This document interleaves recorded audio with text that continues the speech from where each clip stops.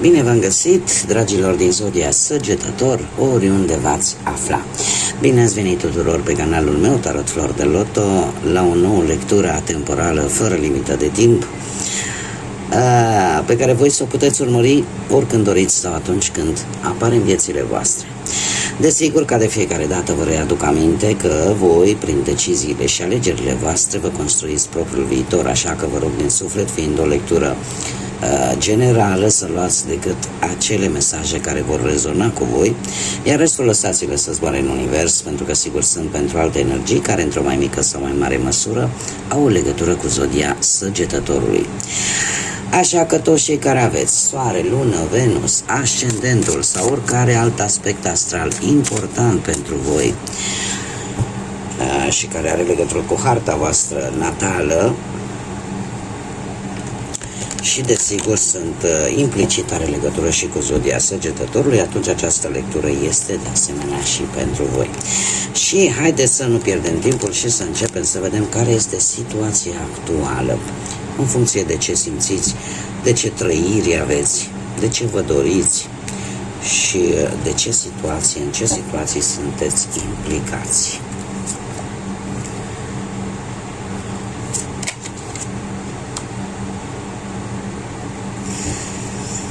Dragilor, se pare că unii dintre voi în sfârșit vă simțiți în siguranță, în sfârșit puteți privi o situație memorabilă, o situație care v-a rămas în minte și care în mare parte are legătură cu viața sentimentală, are legătură cu o energie pe care se pare că nici în acest moment nu reușiți să o urâți, să aveți o ură față de această persoană. Există, priviți așa ca o aducere aminte la niște momente care pentru voi au fost importante, care au rămas acolo în colțișorul minții voastre și care poate că tocmai datorită acestor, sau din cauza, mai bine zis, poate pentru unii, acestor amintiri, cumva nu reușiți să fiți, cum să spun eu, urâcioși vis-a-vis de persoana respectivă. Așa, per general, e vorba de niște date importante, care pentru voi au însemnat foarte mult. Per general, aș spune că cam aceleași lucruri cu mici diferențe, și anume faptul că dacă vorbim, nu știu, de viața profesională sau de viața, poate de viața profesională, momentul în care, nu știu, ceva s-a întâmplat, ceva memorabil s-a întâmplat în cariera voastră profesională și știu că pare un pic ciudat, dar nu ne este greu, poate, să uităm cel puțin perioada, da, în care se întâmplă anumite lucruri. Și acum chiar mă refer la modul general, nu contează că vorbim de situații sentimentale, profesionale sau de bani. Dar sunt momente în viața noastră în care anumite date, anumite perioade din viața noastră au avut o conotație importantă, chiar dacă ele, mare atenție, atunci, la momentul respectiv, au fost văzute ca o chestie negativă. Da? De obicei, nu, e adevărat că ne rămân în cap, nu când ne căsătorim sau când facem primul copil și așa mai departe, lucruri fericite, da? Dar ne rămân în cap, Doamne, ți-aduce aminte când m-a dat afară de la cutare firmă? De multe ori, chiar și acele lucruri, pentru că de acolo pe tine te-a forțat acea schimbare negativă, pe tine te-a forțat să faci ceva mai mult și poate chiar să avansezi în viață. Așa că, indiferent de ce evenimente traversați în aceste zile, ce date importante sunt pentru voi, din orice punct de vedere, se pare că o faceți cu inima deschisă, fără niciun pic de ură, fără niciun pic de resentiment. De ce? Pentru că voi vă simțiți totuși în siguranță. Voi ați tras acea perdea și ați trecut peste. Iar asta eu zic că este o realizare, este ceva important.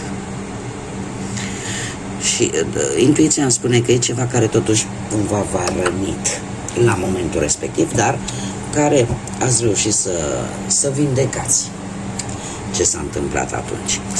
Haideți să vedem ce ne spune tarotul, ce vine pentru dragii mei din Săgetător în următoarea perioadă de când voi urmăriți această lectură, cum de asemenea ce vine pentru cei care au legături importante cu această zodie a Săgetătorului. Și cei care mă urmăriți, aveți un pic de blocaj, cei care mă urmăriți o să vedeți că am o etalare un pic diferită, un pic mai mult diferită față de cea cu care eu v-am obișnuit. Am zis așa să mai diversificăm un pic.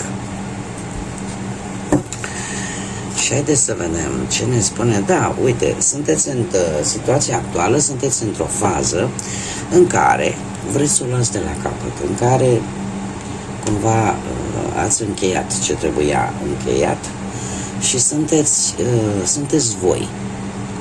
Aveți acea energie a Săgetătorului, aceea de a trăi noi experiențe. Poate că trebuie să vă mutați, poate că trebuie să faceți o călătorie lungă.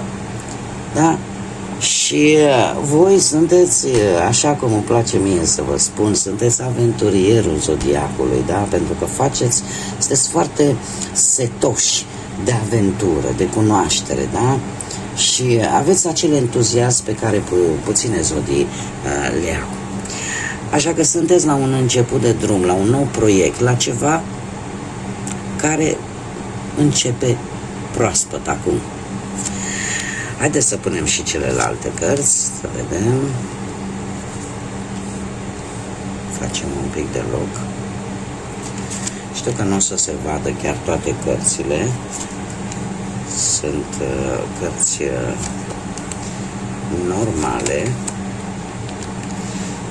de dimensiune normală și atunci mi ocup aproape toată masa. Bun. Haideți să vedem cam care ar fi problema. Problema ar fi, cred eu, la nivel profesional. Acest nou început la nivel profesional. Cumva, poate nu aveți încredere în propria voastră intuiție sau poate că sunteți într-un moment cheie pe plan profesional în acest moment și această viziune nouă, care e promițătoare, este ceva nou, este ceva pozitiv. Eu trebuie să vă spun că pentru voi o vedeți ca pe o problemă, dar eu uitându-mă la ce aveți aici, dragilor, ieșiți din ea. Voi vă faceți rău cu mânuța voastră. Ceea ce voi vreți să începeți, mie asta mi-arată cărțile. Ceea ce voi vreți să începeți acum nou, că poate să fie pe plan profesional în primul și în primul rând. Dacă ar fi să facem un ranking, ar fi primul, planul profesional, plan sentimental și pe ultimul plan ar fi cu bănuții, din ce văd eu aici.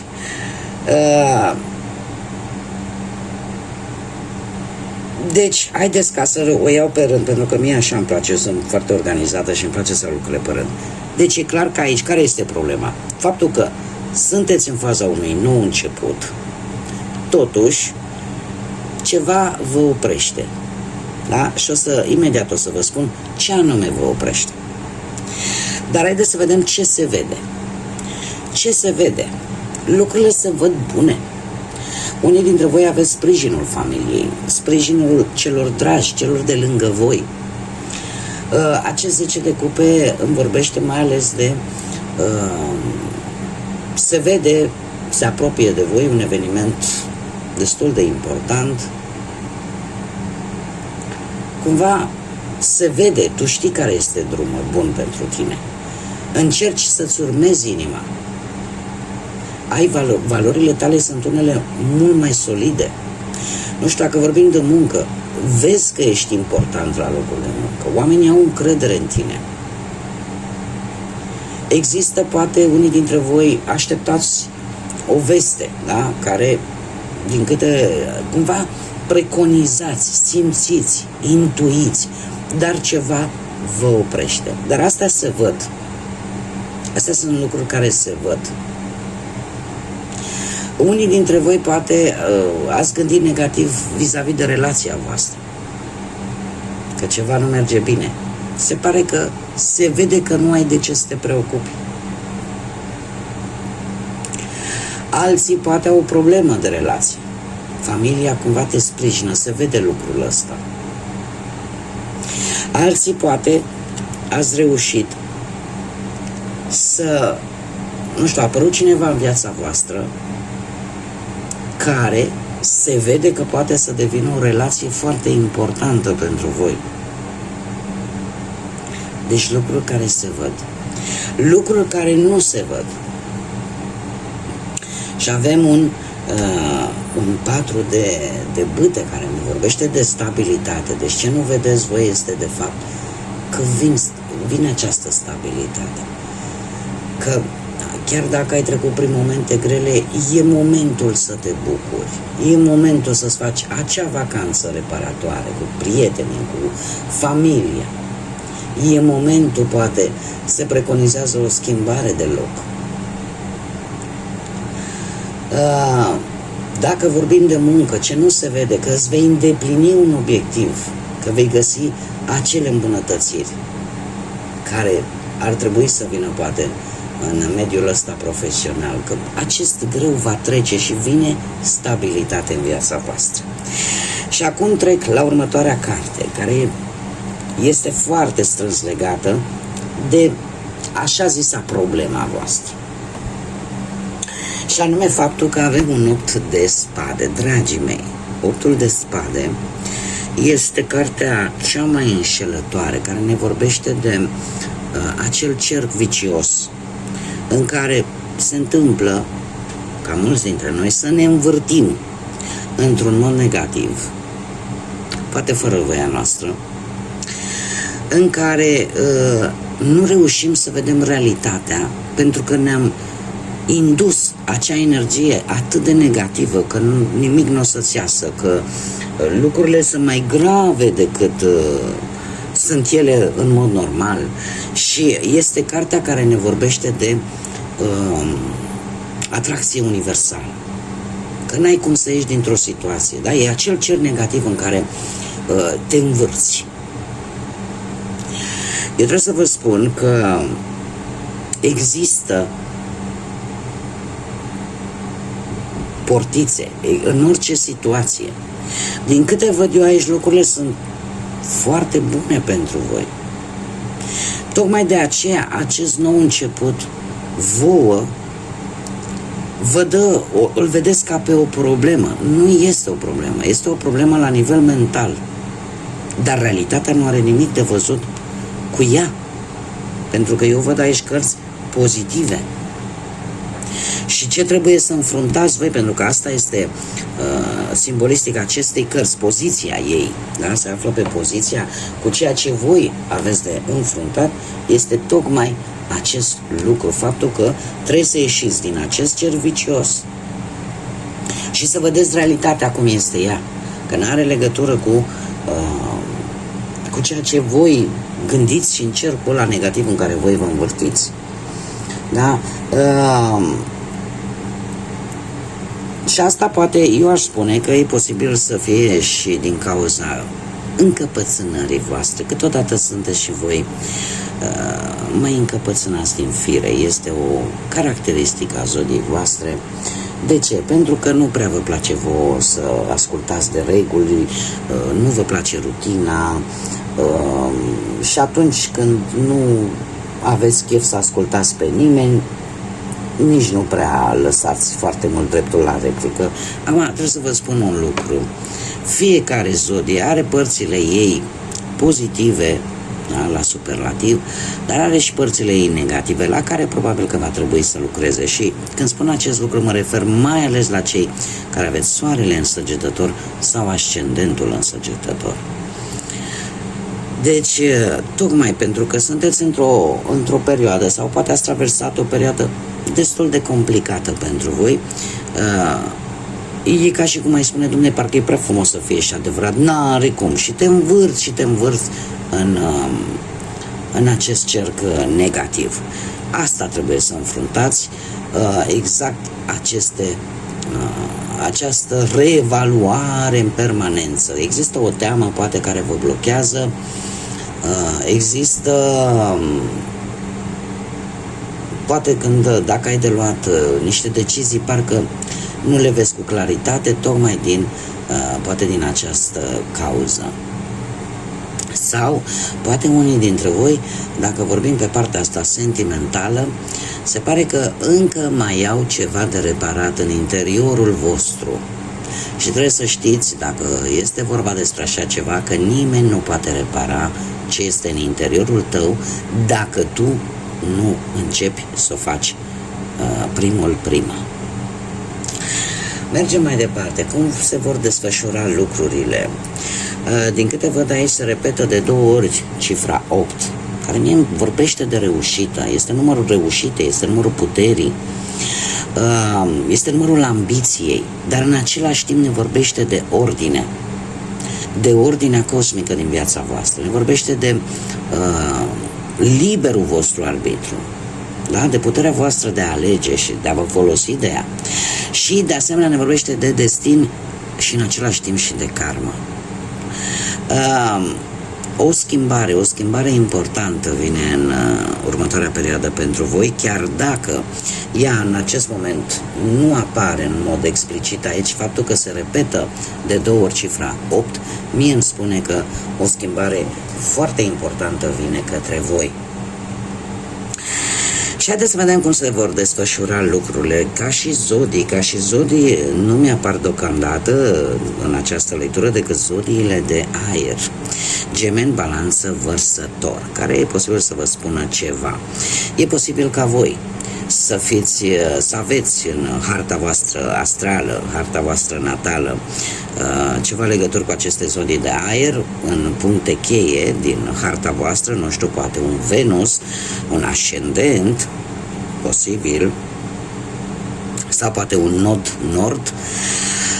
De ce spun acest lucru? Pentru că sunteți mult mai severi în gândire, mult mai independenți, cumva încercați să judecați poate mult mai imparțial și să fiți mult mai logici în tot ceea ce faceți. Poate că câteodată veți reacționa un pic mai exagerat și veți avea niște dialoguri destul de directe, fără să cumva să vă gândiți prea mult dacă pe celălalt îl doare sau nu. Poate să fie și acest lucru, dar mai poate să reprezinte și o energie. O energie care se pare că își expune punctul de vedere într-o modalitate foarte dură, foarte rece. Poate să fie o mamă, o soacră, o soră, un șef mai dur, mai inflexibil, un inamic, da? Un rival foarte puternic, care se folosește de niște aturi foarte puternice, cum ar fi rațiunea și logica, și care emoțiile nu prea îl înmoaie, ca să zic așa. Este cineva, poate, care are un rol important din punct de vedere financiar pentru voi, sau cineva care poate influența în bine sau în rău. Și eu aș spune că într-o manieră foarte, foarte rapidă vor exista o anumită situație, da? Ca să-mi termin ideea. Acest 8 de bâte îmi vorbește de schimbări foarte rapide, în urma unor comunicări foarte rapide, că e prin intermediul internetului, că e prin intermediul mesajelor, da? Pe WhatsApp sau mesaje normale. Cert este că tot ceea ce se va întâmpla în următoarea perioadă și care într-adevăr se vor întâmpla lucruri într-o manieră foarte rapidă, care ție îți va deschide drumul. veți fi foarte energici, comunicarea, cum am mai spus, foarte bună, foarte rapidă, cu cineva la distanță posibil, unii chiar pot întreprinde o călătorie cu avionul, alții pot primi niște răspunsuri într-o manieră foarte rapidă, alții poate, nu știu, veți face niște negocieri, veți face o mutare sau pur și simplu vă gândiți la o mică vacanță, de ce nu, încă e timp. Cert este că direcția este bună și rezultate rapide vor veni. Da? Pe plan financiar aș spune că chiar partea asta materială este în creștere. Asta unde va duce? Va duce la acest 7 de monede, un 7 de monede care îmi vorbește de a nu pierde timp.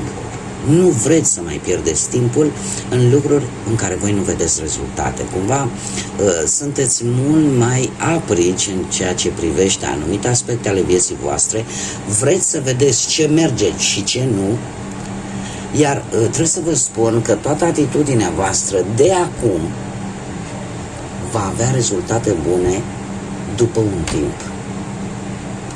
Unii dintre voi veți trece poate prin acea teamă de a nu da greș, de a nu fracasa. Dar trebuie să vă spun că ce a fost rău e pe punctul de a se termina. Și chiar dacă voi poate ați traversat anumite situații complicate și ați ieșit un pic șifonați, ca să zic, din respectivele situații, asta v-a făcut să fiți mai puternici și mai încrezători în voi. Recompense vor veni, adevărat, nu neapărat acum, dar într-un viitor apropiat vor veni recompense, mai ales pe partea asta profesională.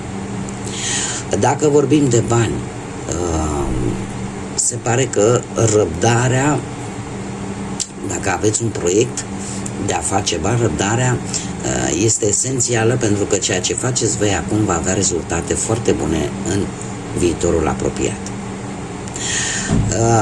Nu știu, dacă vorbim de viața sentimentală, vin rezolvări după posibile probleme în relație și cei singurei sunt șanse mari ca persoana inimii voastre să se îndrepte către voi. Așa că, dragilor, tocmai de aceea v-am spus că problema pe care voi o percepeți este de fapt o problemă pe care voi o creați, poate inconștient.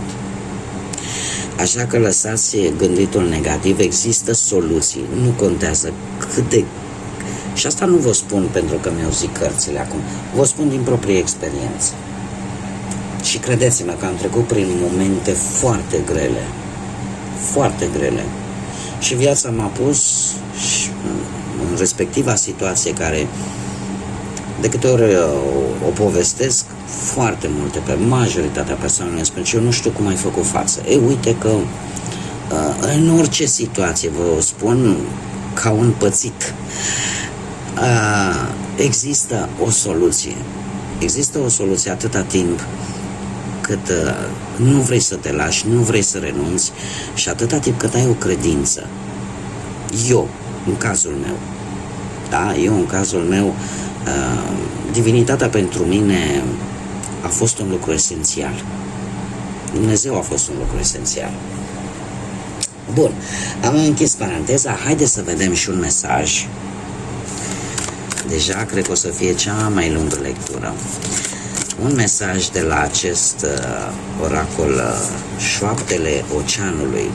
Și, da, uite, ne vorbește de dorințele voastre interioare. Avem numărul 16, care poate să simbolizeze ceva, sau numărul 7, care ne vorbește de înțelepciune, ne vorbește de un puternic simț de observație de care va trebui să țineți cont.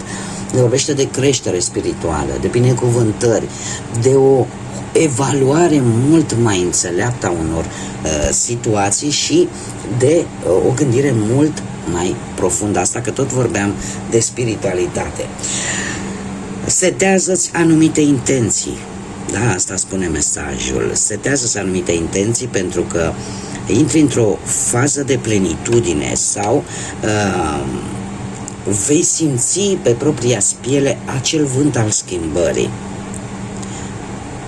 Reușitele sunt lângă tine, sunt aproape de tine. Da, încep să le poți vedea și asta s-a văzut încă din primele cărți. Da? Pentru că când sunt lucruri pozitive, eu mă bucur pentru că în felul ăsta știu că mulți dintre voi așteptați niște răspunsuri, și mă bucur atunci când mai ies și lucruri pozitive. Haideți să vedem ce ne spune oracolul regatului sufletului și se spune așa.